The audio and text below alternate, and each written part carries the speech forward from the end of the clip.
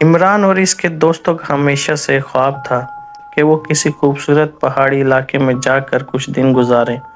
गर्मियों की छुट्टियों में इन्होंने फैसला किया कि वो शुमाली इलाका जात के एक मशहूर पहाड़ी स्टेशन पर जाएंगे जो अपनी दिलकश वादियों और सरसब्ज पहाड़ों के लिए मशहूर था। लेकिन इस जगह के बारे में एक बात कम लोग जानते थे कि यहाँ की एक मखसूस पुरानी रिहाइश गाह को लोग आसेब ज़दा कहते हैं। रात की खनकी में जब इमरान और इसके दोस्त पहाड़ी स्टेशन पर पहुंचे तो इन्होंने देखा कि होटल मुकम्मल तौर पर बुक हो चुके थे।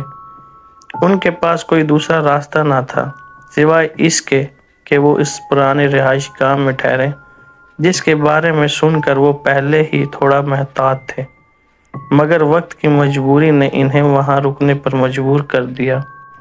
जब वहां इस पुरानी इमारत में दाखिल हुए तो वहां की खामोशी अजीब सी थी, जैसे वहां की हवा में कुछ भारीपन हो। दीवारों पर पुरानी तस्वीरें लगी हुई थी जिन पर गर्द जमा थी और लकड़ी के फर्श पर चलते हुए एक चरचराहट की आवाज आती थी।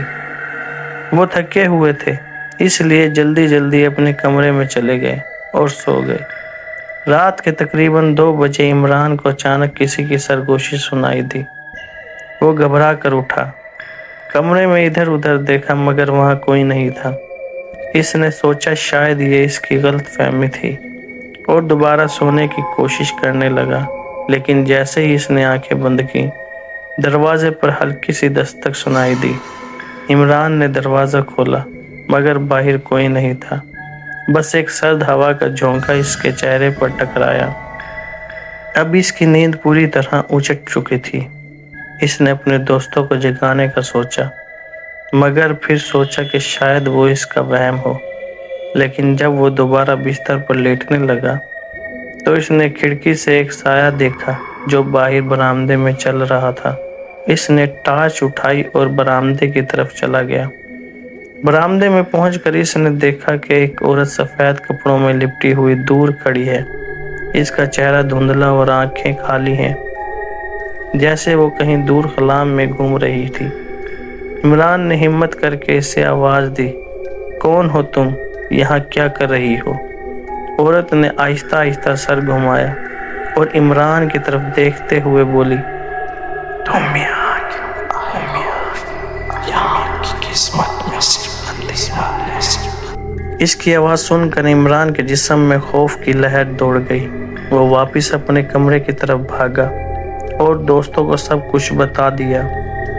इन सब ने फैसला किया कि फौरन यहाँ से निकल जाएंगे, मगर जब वो नीचे जाने के लिए सीढ़ियों की तरफ बढ़े तो देखा कि सीढ़ियाँ गायब हो चुकी थी, जैसे वो कभी वहाँ थी ही नहीं। वो सब के सब वापस कमरे में जाकर बंद हो गए और वहाँ से बाहर जाने का कोई और रास्ता ढूंढने लगे, मगर अचानक पूरे कमरे की लाइटें बुझ गईं और एक अजीब और गरीब सी सर्द हवा ने पूरे कमरे को अपने लपेट में ले लिया।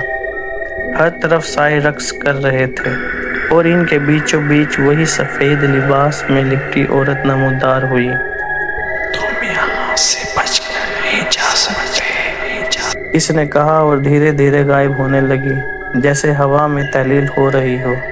अचानक दरवाज़ा ज़ोर से खुला और कमरे में रोशनी भर गई। इमरान और इसके दोस्त तेज़ी से बाहर भागे और जैसे तैसे करके रहायशगाह से निकलने में कामयाब हो गए।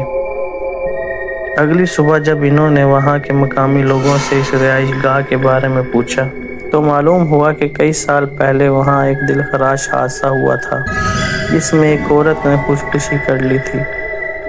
इसके बाद से इस जगह पर अजीब व गरीब और खौफनाक वाक़यात पेश आने की खबरें आती रहती थीं।